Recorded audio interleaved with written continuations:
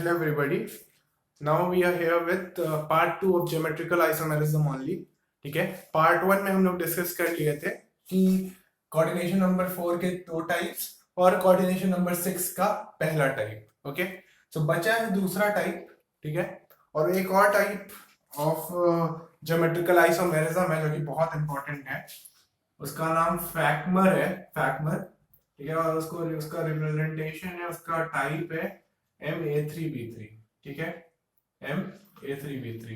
तो इसको भी कवर करेंगे. ये तो बहुत ही इंपॉर्टेंट है. इसका नाम ही इतना एक्सट्रोवर्ट नाम है, फैक्मर.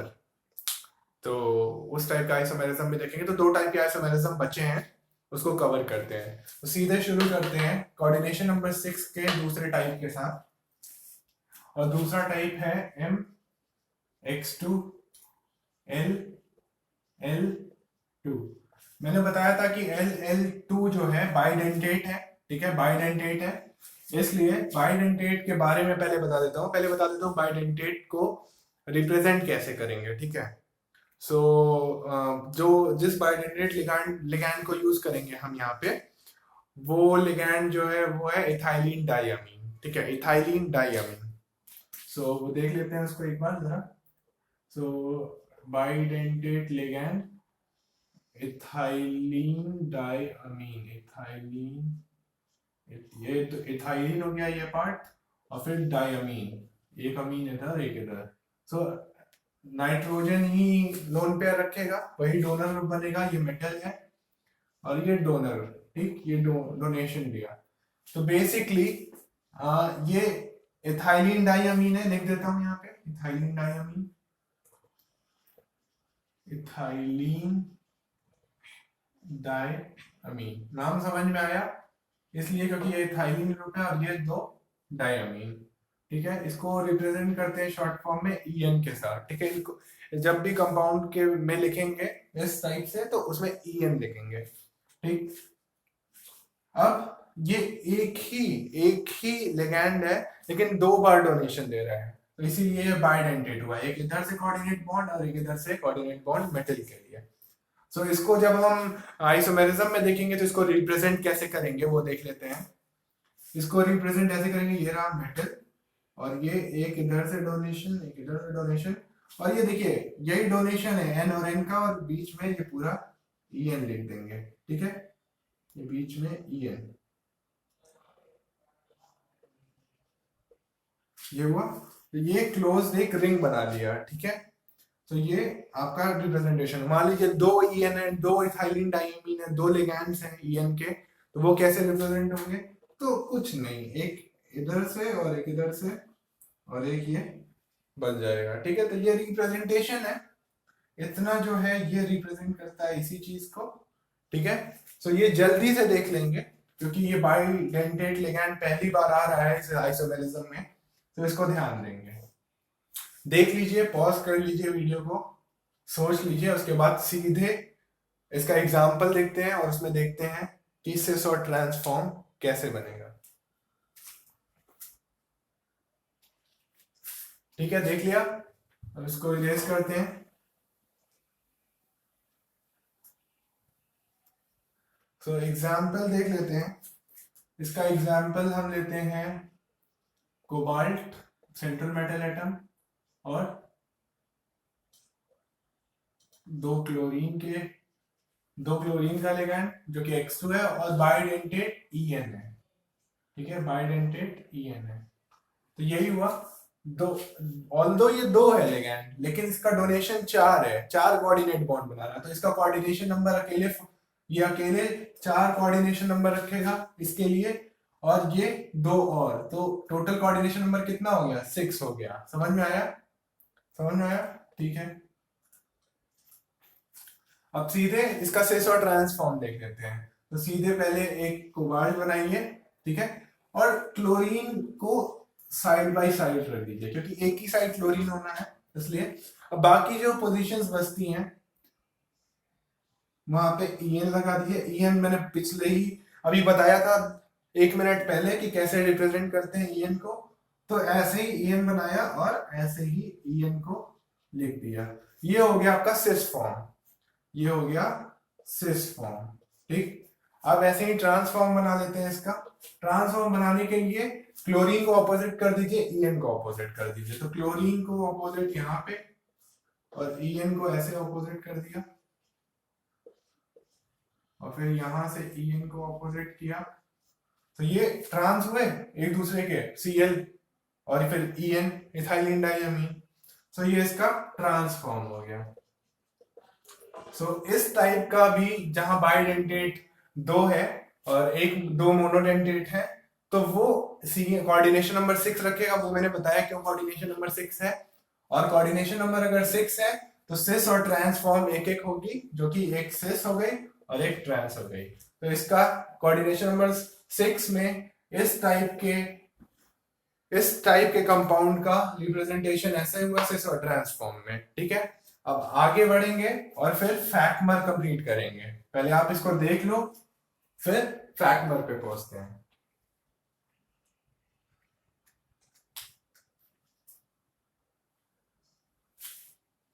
ठीक है, तो अब फैक्मर देखते हैं।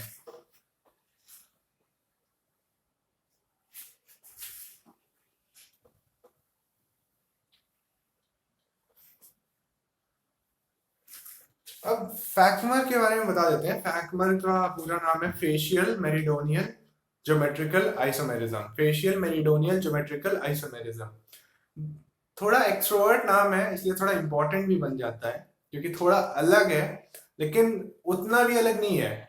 अभी एग्जांपल दूंगा, आपको समझ में आ जाएगा। ठीक है, ऑक्टाहेड्रल ज्योमेट्री ही रहेगी, लेकिन उसको दूसरे तरीके से देखना है कि ऑक्टाहेड्रन में वो कैसे लाई करता है। ठीक है, इसीलिए उसका नाम फेशियल और मेरिडोनियल हो गया। और उसका रिप्रेजेंटेशन क्या होता है? Ma3B3, Ma3B3। ठीक है, Ma3B3 टाइप का कंपाउंड होगा। MX3L3 भी लिख सकते हैं, लेकिन Ma3B3 दिया हुआ एनसीईआरटी में, तो उसी को लेकर चलते हैं। ठीक है, सो फेशियल और मेरिडोनियल, तो इसको लिखते हैं, बहुत ही इंपॉर्टेंट है, ये बहुत ही अलग है। तो ये हुआ Ma3B3। ठीक है, अब इसका एग्जाम्पल देख लेते हैं, इसका एग्जाम्पल देख लेते हैं, इसका एग्जाम्पल देख लेते हैं, इसका एग्जाम्पल देख लेते हैं। इसका एग्जाम्पल कोबाल्ट NH3 NH3 का होल थ्राइस और NO2 का होल थ्राइस। ठीक है, ये हो गया आपका कंपाउंड। ठीक है, देख लीजिए फिर से, ये है फैक्मर और इसका एग्जाम्पल हो गया कोबाल्ट, NH3 का होल थ्राइस और NO2 का होल थ्राइस। ठीक है, तो ligand A, ligand B। Okay, A अमीन और B नाइट्रो। ठीक है, तो आगे बढ़ते हैं। अब इसमें फैक्मर देखते हैं। ठीक है, एक्चुअल में इतना इंपॉर्टेंट क्यों है? इसका नाम है फैक्मर, फैक्मर। ठीक है, फेशियल मेरिडोनियल, फेशियल मेरिडोनियल।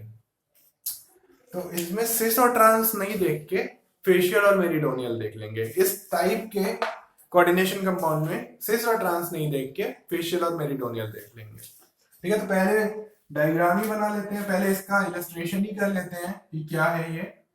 ठीक है, सो पहले जो है इसको यहाँ पे CO।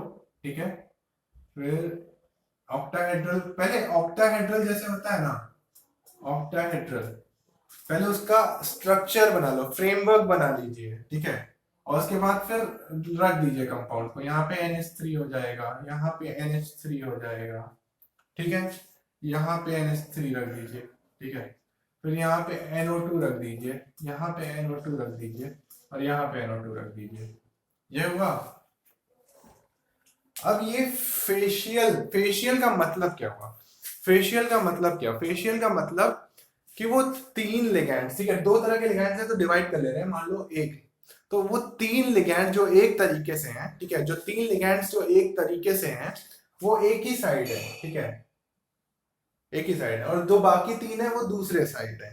ठीक है, तो फेशियल का मतलब ये हुआ सिंपल, ठीक है, कि एडजेसेंट पोजीशंस पे सारे एक टाइप के लिगैंड्स हैं। ठीक है, और दूसरे एडिशन और आपस में एडजेसेंट पे दूसरे टाइप के भी हैं एक दूसरे के एडजेसेंट, ठीक है, एडजेसेंट, इसके एडजेसेंट ये, इसके एडजेसेंट ये नहीं कि दो बार NO है, NO2 है और उसके बाद एक NH3 आ गया, नहीं। फेशियल मतलब एडजेसेंट एक साथ तीनों आए, फिर इसके भी एक साथ तीनों आए, इसीलिए उसका नाम फेशियल है, ठीक है। ऑक्टाहेड्रन, ये एक ऑक्टाहेड्रल कॉम्प्लेक्स है ना, तो ऑक्टाहेड्रॉन के हिसाब से उसको फेशियल कहते हैं, ठीक है, टर्मिनोलॉजी है इसलिए।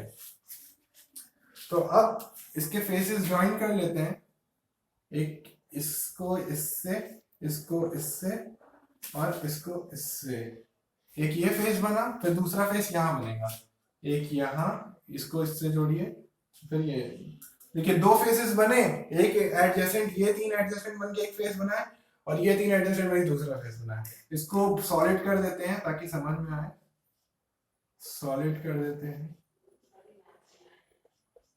ठीक है। तो यही है फेशियल, इसको बोलते हैं फेशियल, ठीक है। अब समझ में आया, समझ में आया, फेशियल मतलब तीनों एक साथ एडजेसेंट पोजीशन पे और ये तीनों एक साथ, NO2 एक साथ एडजेसेंट पोजीशन पे। अब मेरिडोनियल की बात करते हैं। मेरिडोनियल में कुछ एक्स्ट्रा नहीं करना है, बस पहले फ्रेमवर्क बना लीजिए, ठीक है। फ्रेमवर्क बनाया, फ्रेमवर्क बनाया और फिर ये दो पोजीशंस देख लीजिए, ठीक है, हुआ कि नहीं। अब यहाँ पे NH3 रखिए, यहाँ पे NH3 रखिए, ठीक है, और फिर यहाँ पे एक NH3 रखिए, यहाँ पे NO2 रख दीजिए, यहाँ पे NO2 रख दीजिए और यहाँ पे NO2 रख दीजिए, ठीक है। अब मेरिडोनियल का मतलब क्या होता है और क्यों ये मेरिडोनियल रिप्रेजेंट कर रहा है। यहाँ पे फेशियल तो नहीं है, ठीक है, क्योंकि ये तीन यहाँ पे NH3 होना चाहिए था, तो ये फेशियल हो जाता, तीनों एक जगह आ गए। लेकिन हुआ क्या है, दो बार NH3 एडजेसेंट आए हैं एक दूसरे के, लेकिन तीसरी बार NO2 आ गया है। और अब मेरिडोनियल क्यों कहते हैं, मेरिडोनियल इसलिए कहते हैं इसको मेरिडोनियल इसलिए कहते हैं क्योंकि ये इसके मेरिडियन पे लाई होता है, ठीक है। मेरिडियन क्या होता है, जैसे ये अर्थ है, अर्थ, ठीक है, ये अर्थ है, तो इसका एक नॉर्थ पोल होगा, एक साउथ पोल होगा, तो एक मेरिडियन आ जाएगा नॉर्थ पोल से साउथ पोल, वही है इसमें भी वही चीज है। ऑक्टाहेड्रॉन का मेरिडियन मतलब इसके नॉर्थ साइड से लेकर इसके साउथ साइड तक एक ही लिगैंड हो, तो इसके नॉर्थ पे भी NH3 है, साउथ पे भी NH3 है, इसीलिए इसका नाम मेरिडोनियल है, ठीक है, क्योंकि ये ऑक्टाहेड्रॉन के मेरिडियन पे लाई करते हैं एक जैसे लिगैंड, तो इसलिए ये मेरिडोनियल है। अब इसको भी देख लेते हैं कि ये तीन कंपाउंड से, ये एक दो तीन ये हुआ और एक दो तीन ये हुआ, ठीक है। तो ये ऐसे लाई करते हैं, तो अब इधर ये ब्लॉक बना देते हैं पूरा,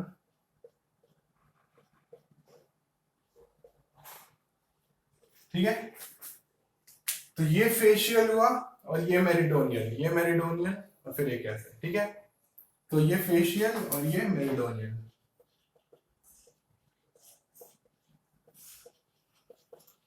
ये हो गया मेरिडोनियल, फेशियल और मेरिडोनियल।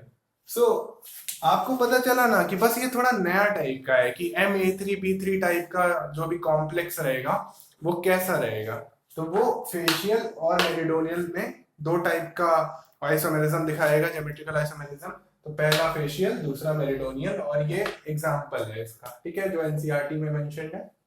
तो आप एक बार देख लो ध्यान से, एक बार और बोल देता हूँ, एक बार और ही बोल देता हूँ कि कोऑर्डिनेशन नंबर 6 टाइप Ma3B3, इसका एग्जांपल CONH3 का होल थ्राइस और NO2 का होल थ्राइस।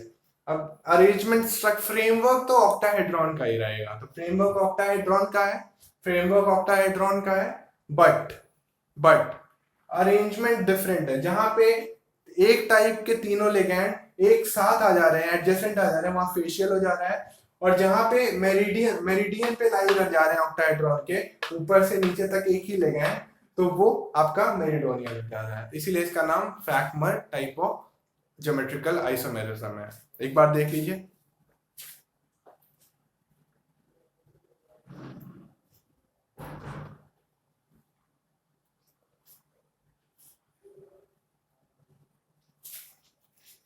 ठीक है, देख लिया, समझ में आया।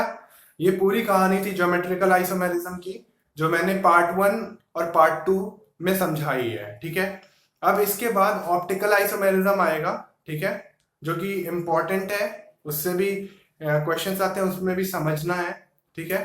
तो अब पार्ट 3 जो आएगा आइसोमेरिज्म इन कोऑर्डिनेशन केमिस्ट्री में, वो ऑप्टिकल आइसोमेरिज्म पे रहेगा, ठीक है। तो आई होप आपको समझ में आया ज्योमेट्रिकल आइसोमेरिज्म। प्लीज आगे आने वाली वीडियोस को सब्सक्राइब करें, लाइक करें, शेयर करें, ठीक है। आगे और भी ऐसी वीडियोस आएंगी जहां पे आपको कॉन्सेप्चुअल प्रॉब्लम्स रहती हैं, ठीक है, और बहुत सिंप्लीफाइड और अच्छी तरीके से सारी चीजों को समझाया जाएगा, ठीक है। Thank you for watching this video. अगला पार्ट जल्दी रिलीज होगा, जल्दी अपलोड हो जाएगा, ठीक है, और वो optical isomerism in coordination chemistry पर रहेगा। Thank you for watching, thank you.